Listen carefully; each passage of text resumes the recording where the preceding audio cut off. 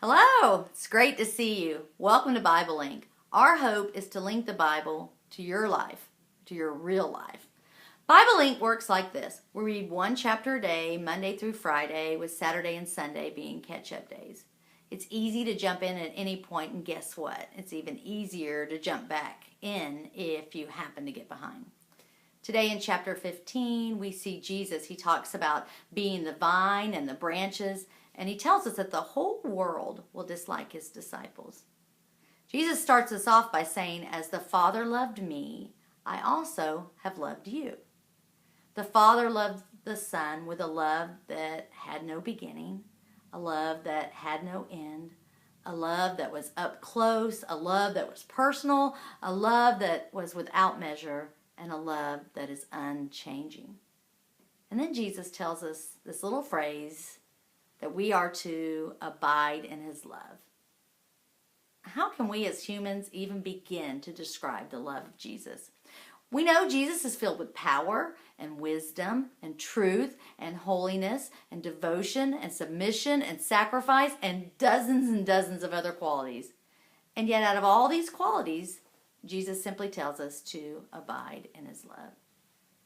One thing we know, when we stay connected to the love of Jesus, our relationship with him grows, and our relationship with him gets stronger and stronger. And Jesus tells us that if we want to abide in his love, we need to try to keep his commandments. Do you see how Jesus connects true followers, true disciples of Jesus, with obedience with his directions for how we're supposed to live our lives? In many ways, it's just too easy for us, isn't it? It's just too easy to say we love Jesus and then do whatever we want. And Jesus in this chapter points out our hypocrisy in that. We live in a world that's filled with unhappiness and stress and sadness and depression, and it feels like just this overall lack of peace. But in this chapter, Jesus tells us how in the midst of this world, we can find some joy. Does your heart yearn for joy? Would you really like to live a life of true joy? Jesus tells us when we find joy, we can find it when we follow him and seek to follow his commands. But we've got to do it with all our hearts. And truth is, there's no one more miserable than someone who knows how to follow Jesus, but instead makes a conscious choice to disregard his commands. I heard a theologian put it this way. He said, no one is more miserable than the Christian who for a time hedges in their obedience.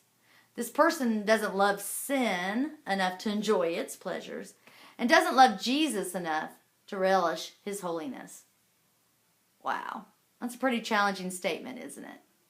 You see, the joy of Jesus is not the pleasure of life, of ease, or the freedom of doing whatever the world tells us is going to make us happy.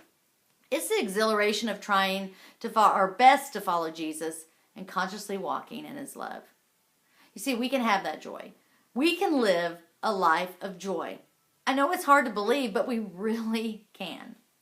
And we simply get it by abiding in the presence of Jesus in our lives. Our prayer for you is that you would know the joy of Jesus, that you would learn to trust him, that you could listen to his words, and that you would abide in his love. What a great chapter today, huh? Spend some time reflecting about your own joy quotient today. When it comes to the way you experience and feel joy in your life, how you doing? It's been great to share this chapter with you today. We hope you'll get on Facebook and join the conversation. If you've got a question, go on and ask it. And make sure that you're inviting a friend. Someone in your life needs to hear these words of Jesus. Keep trying to link the Bible to your life